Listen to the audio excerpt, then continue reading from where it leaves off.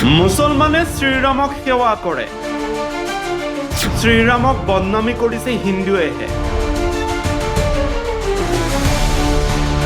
এই বিস্ফোৰক মন্তব্য নেমচুৰ সভাপতি বদৰুল ইছলামৰ।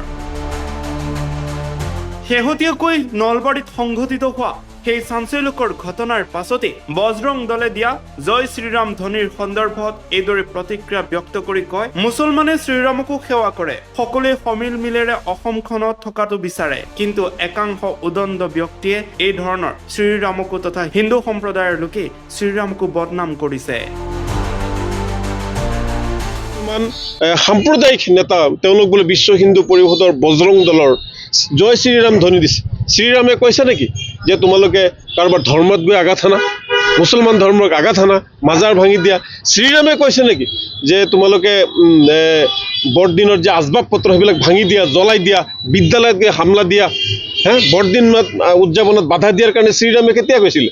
কেতিয়াতো কোৱা নাই। তেওঁলোকে শ্ৰীৰামৰ নামটো কিয় বদনামী কৰি আছে? শ্ৰীৰামক আমি সন্মান কৰোঁ। ইফালে অসমত চলি থকা উচ্ছেদৰ সন্দৰ্ভতো নেমচুৰ সভাপতি বদৰুল ইছলামৰ বিস্ফোৰক মন্তব্য। মিয়া মানে সন্দেহযুক্ত, মিয়া মানে বাংলাদেশী, মিয়া মানে অবৈধ, মিয়া ৰাজনৈতিক নিৰ্মাণ কৰা এটা মেচিন। সেই যন্ত্ৰ ব্যৱহাৰ কৰিছে মুখ্যমন্ত্ৰীয়ে। মিয়া মানে এতিয়া অবৈধ, মিয়া মানে সন্দেহজনক, মিয়া মানে বাংলাদেশী আৰু সাম্প্ৰদায়িক ৰাজনীতি কৰি আহে। অৰ্থাৎ মিয়া হৈছে এটা ৰাজনীতিক নেতা বনোৱাৰ এটা যন্ত্ৰ, আৰু এই যন্ত্ৰটো ব্যৱহাৰ কৰে ডক্টৰ হিমন্ত বিশ্ব শৰ্মাই, ব্যৱহাৰ কৰি তেওঁ মাৰি দিয়ে মহামন্ত্ৰ। ঠিক সমান্তৰালকৈ ৰাজ্যত চলা উচ্ছেদৰ বিৰোধিতাৰে দিল্লী কঁপাব মুছলমান ছাত্ৰ সংগঠনে।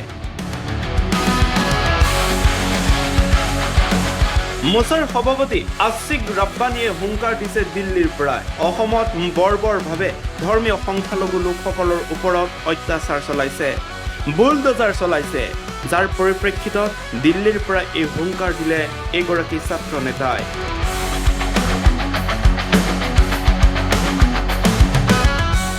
লগতে বাংলাদেশীৰ নামত মিয়া মুছলমানক অত্যাচাৰ কৰিছে, ৰাজনৈতিক স্বাৰ্থৰ বাবে হিন্দু মুছলমানৰ ৰাজনীতি কৰিছে। মাদ্ৰাছা মছজিদ ভঙাৰ অধিকাৰ কোনে দিলে চৰকাৰক?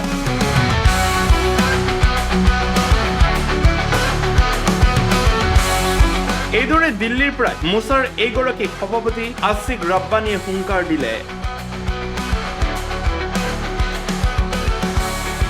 লগতে হিমন্ত বিশ্ব শৰ্মা চৰকাৰক যদিহে উচ্ছেদিত মুছলমানসকলক সংস্থাপনৰ ব্যৱস্থা নকৰে তেতিয়াহ'লে আৰু জংগী আন্দোলন কৰা হ'ব বুলি হুংকাৰ দিছে। অসমত আমাক কিন্তু বাৰম্বাৰ অত্যাচাৰ কৰি থকা হৈছে। আজি মিয়া মুছলমানৰ নামত, বাংলাদেশী নামত একমাত্ৰ মুছলমানক অসমত অত্যাচাৰ কৰি থকা হৈছে।